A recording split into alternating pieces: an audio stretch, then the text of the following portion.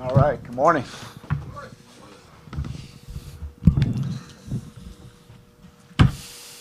Let's get started. Go ahead. Obviously, new season, obviously clearer mindset here. Obviously, coming off of a season where the series against Cleveland. What's it like to have an off season now where you're getting into a clearer mindset? The players kind of know what the goal is. We were able to do everything this off season.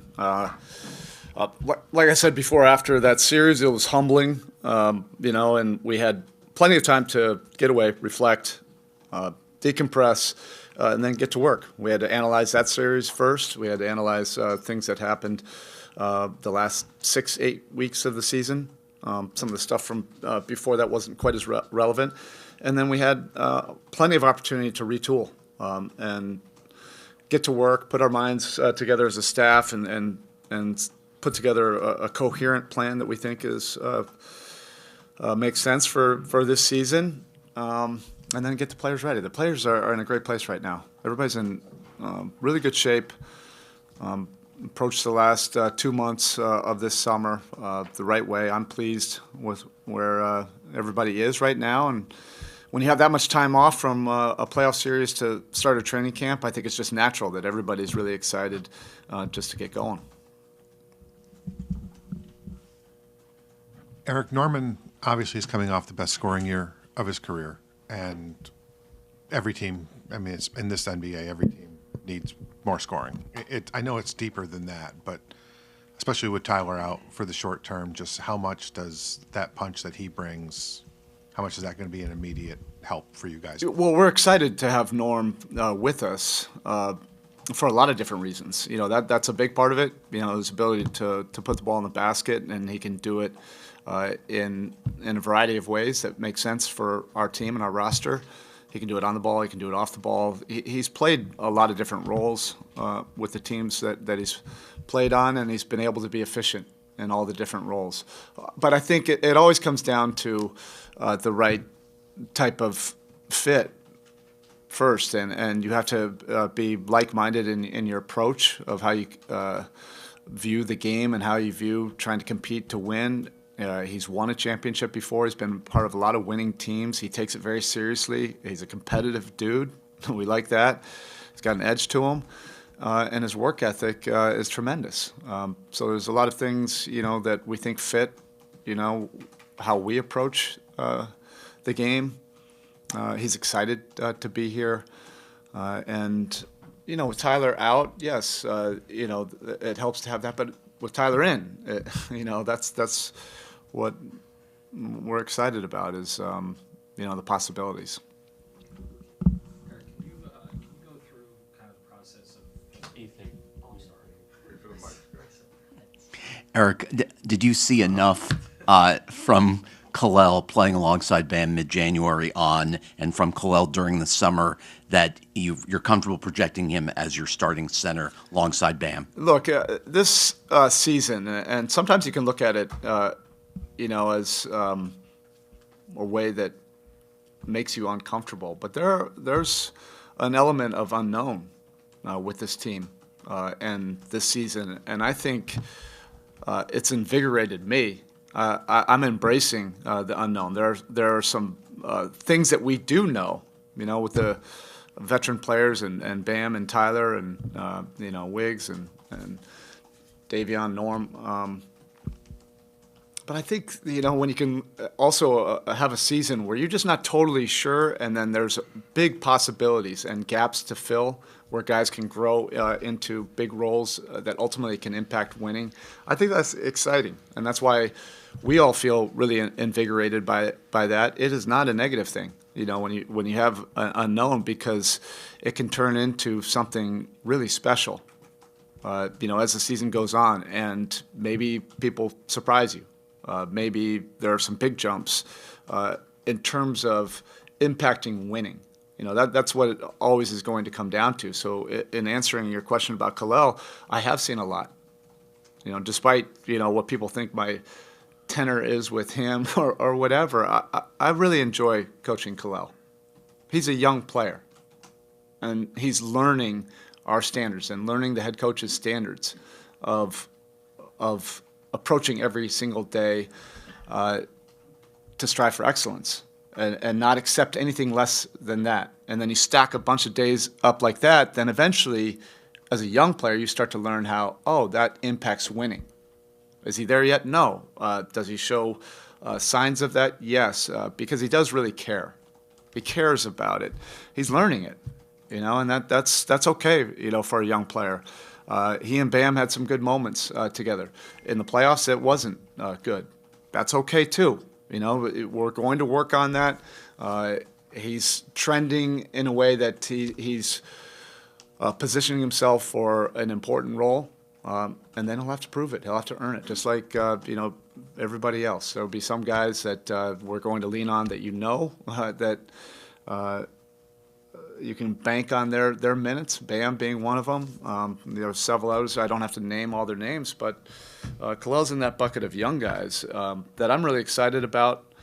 That could collectively, they could really impact this season. And we could be a much different team later on than where we are right now heading into camp. How much did you enjoy and get out of traveling to go see Nico and Pella on the Eurobasket? How important can that experience be for them, and kind of what growth did you see from them? It was so much fun. And, I liked having an opportunity to do that, when you have time. But it was really unique to have those guys competing in the same summer. Sometimes guys don't play. Cass didn't play this year because we thought it was appropriate for him to be with us, but that would have been really cool, if he had an opportunity to play there. But the first trip, flew right into Rome and was able to see Simone, spend a nice dinner breaking bread. He picked the spot, and what a great pro he is. And to see the responsibilities he has for his national team. But I had never met him before. I just only had heard great things about him when we did our research, not only from Detroit, but Utah, where they really liked him at both places. And then, to see Pella and Nico in their home cities was a lot of fun. Spend time with their families. They picked restaurants, and also to be able to kind of do that during the summer where I'm not coaching them. I'm able to have spirits with their family and have a good time drinking whatever local liquor they have and breaking bread and not having to break down the game or what my expectation. This trip was not at all about that. It was just about having a fun time with their families. I'd never been to Stockholm before. I've been to a lot of places because of this round ball and four lines. I'd never been there. I'd never been to Serbia. It was a lot of fun hanging out with Nico and his family, but also his friends, and seeing how the national team has really embraced Nico. It's a group of basically 30-year-olds where they all came up together. The veteran guys of that group. They've been playing together since they were 12 or 13, 14 years old. And each one of them came up to me when I was able to go to one of the practices and said, "Hey, we got him. Don't worry. He's becoming more mature, more professional. And if you're hanging out with players much older than you, it just naturally happens." I've seen growth from him over 3 years because of that standard that they've had, in that program. So it was fun. I was able to have some Serbian dishes and spend time with a lot of people over there. Eric, can you go through the process with Tyler and how the decision was made to have the surgery, when it was, and did you think that there was a chance that it wouldn't be required and maybe he would be available? Yeah, I think all those things were on the table. There was option A, option B, option C. That was option C, and so we would work through the other things. He had a really good summer, as he always does. We know Tyler puts in a lot of time. It was just something that was nagging, and we felt that might be able to help it, with treatment and different protocols, but it wasn't getting better, so that was the final decision to do that. And The way I look at it, I look around the league and I see major injuries across the league. I don't want to say it's minor, because when you're going through something like that, a player, and you're going to be out a little bit of time, it's never minor. But he's going to be back sooner than later. And by the end of the season, I think the time that you miss, you'll forget about that. How long that'll be, we can't say right now. But whatever was projected out there, I think that's in the ballpark. He'll be up and running and doing stuff pretty soon. You mentioned Bam as one of the few players you could bank on, but with a new roster and with Tyler out to start the season, does that change the expectations for him? As far Yeah, as but in different ways than probably everybody out here thinks. Everybody will just always point to his scoring average. He'll be able to score. He's like a lot of us. We've had a lot of time to reflect. He's setting himself up to have a terrific season. But I'm excited to see his next step of development, and that'll continue to be in leadership, mentorship. It's really amazing to even say that right now, but we're going into our 9th year together, and I treasure those years. When I first started coaching him, he was a teenager. And then now I see him, in that leadership and mentorship role. It takes great vulnerability, to be able to impact a locker room of a lot of players that are impressionable. And when you're a player that is respected so deeply like Bam by everybody in there, and that's because of winning. They've seen him play in June many times. He's stacked up a lot of wins and a lot of playoff wins. Well, these young players that are coming in, they've watched that, they've noticed that, and then to have the humility and vulnerability to not put yourself up here.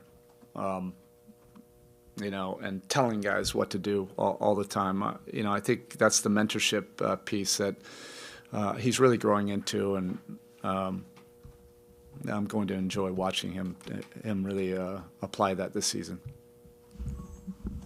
Good morning, Coach. When you added Norman, what was your excitement level with that? There's a guy could have been an all-star last season. And what was your message to him when he arrived in your first meeting? Well, I met with him in Vegas right away, was able to spend some time with him, and we were thrilled, obviously. We had a lot of things that, we planned to do this summer. That was one that happened pretty fast, and it was a little bit of a surprise. We've battled against him over the years, particularly when he was in Toronto. So that respect level was there, and how he approached the game, and learning about him, even the way Kyle talked about him. We're really impressed with his makeup. So I didn't have a message, the first time I met with him. We have time for that. I'm not really the same coach I was in 2008, when I met with Dwayne and at lunch and immediately started going into, hey, here's what you got to do. We have time for that. It was more about just getting to know him and shooting the S, as you tend to do in Vegas. It was fun though, getting to know him. I like him. I like him as a guy. Morning, Coach. I hope you had a good summer. I wanted to ask, what's your guys' plan for basically the ball handler? As you guys, your best years, you guys had top 10 offense in terms of assists, and you guys were a better three-point shooting team the last 3 years. You guys haven't shot the ball as well. Yeah, your assists have become better over the last few years, but you guys haven't had a primary ball handler. Yeah, well, we have a lot of primary ball handlers, I think, on this roster. But I think the versatility, I think you need it in this league right now. This is a different league than it was 5, 6, 7 years ago. You have to have a lot of guys that can make plays off the dribble, that can enter you into offense, that can handle pressure. And I don't really want to compare, things to last season. To me, this feels like a different chapter, a different season. We have a different plan that we feel makes sense for this group, and it has nothing to do with our statistics or analytics from last season. Once we went through the autopsy of that playoff series and the last 6-8 weeks, we moved on, and then when we put together this roster, really the last 6 weeks have been about putting together a plan that we think hopefully will maximize this roster. But we want to leave a bunch of room for improvement. We want to leave some wow factors that can change the course of the season, and an adaptability to be able to change course, slightly or significantly, whatever's necessary for this season. But we've put in the time, to say the least. It's been fun. It's been a lot of fun these last 2 months, charting a different plan for what we feel is a different team. You guys will expect and ask a lot of Wiggs, obviously, but just how much more settled? How important was this offseason for him just to get settled down here and spend time down here? And obviously the transition midseason is not easy. Have you seen a more kind of comfortable Andrew Wiggins so far this offseason? Without a doubt, yeah. I'm very pleased with where Wiggs is right now heading into camp. He's in terrific shape. He's been in the gym really since middle of July. I don't know if he had done that, previously. It doesn't really matter. But he moved his family down here. His best games, not so coincidentally, last year is when his family visited.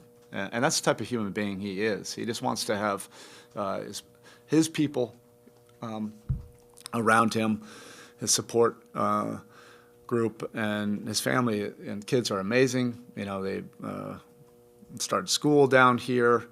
He's put in the time. You can just see it on his face. When Wiggs is when he's smiling and approaching every day with a positive approach. And I think, he's proven himself in this league that he can be such an impactful player, both ends of the court. He can be elite.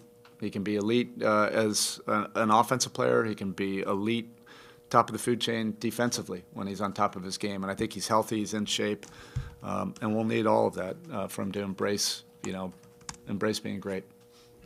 Last couple questions. What's your perspective on what Terry Rozier might be able to do to get back to where he was before?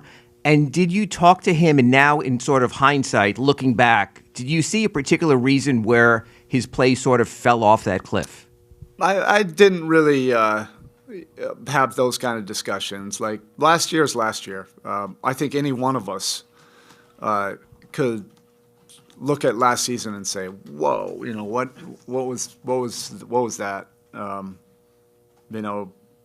that's just the way it was. But what you can control is your approach every day. And Terry's been in the gym. Again, it's very similar to Wiggs.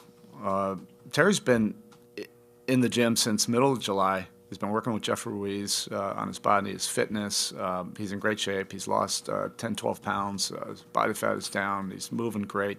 And when he wasn't with us, he was playing pickup anywhere he could find a game in Miami. That's the kind of guy he is. He's a hooper. So when I said there's an unknown and there's an openness, I'm open, to the start of the season. And I'm not going to judge, players or put them in preconceived boxes right now. We need some, some jumps, some pops, and I want to have an environment that's open, to guys stepping up. Spo, as far as power rotation depth behind Bam and Ware and Jovic, what appealed to you guys about bringing Precious back? And did Vlad Golden show you enough where you think you might be able to count on him for a certain number of those 50 eligible two-way NBA games? Yes, we feel very good about our front court because we have size, not only vertical size, but we have athleticism size, we have versatility size, we have girth size. Vlad had a really good summer, and he doesn't necessarily jump off the page with his play, but what he does is he's consistent with that physicality, that effort, and he'll get better at some of the NBA nuances. That's a specific role, that Vlad hopefully can carve out in this league. And as you can see, when I said the league is changing, that's some of how the league is changing, and you just want to be able to check that box, and there's a need for guys with that kind of size and physicality. Precious, we never had an opportunity to fully develop him. There was a lot that we really liked about him. That speed and athleticism, that jumps off the page. And I think he probably has a different perspective. Some of these discussions that we were able to laugh about it. Some of these a couple weeks ago, or actually a couple days ago, about how some of my mentorship, with Kalel or Nico over the years, that was Precious his rookie year. There are a lot of ups and downs with Precious and the head coach, and we didn't have that opportunity to take that next step. And I think we were primed to have a really good summer and take a next step. And we have that opportunity now. I think he has a different perspective now, being in a couple different places, seeing where we're coming from, that it's all a place, it's coming from a place of love. And he has an opportunity, but we'll see. Like I said, nothing's guaranteed.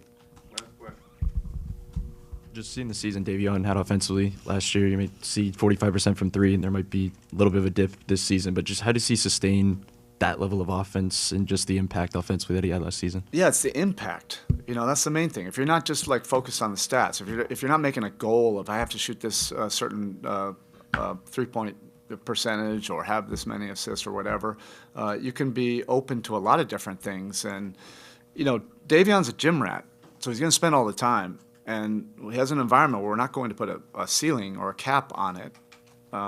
So he has the opportunity to explore and expand. I don't want him thinking about a scoring average or a shooting percentage. He impacts the game in so many different ways. By the last month of the season, more importantly, were his paint touches and changing the pace for us and dogging guys, defensively. The 3-point percentage was just a byproduct of having wide open shots and other people creating, and he really stepped up and made those. But what he does is what we value and what this team, quite frankly, needs. Whether it's starting or coming off the bench, I don't know, but he's so competitive. He's going to find a way to, to make a big impact.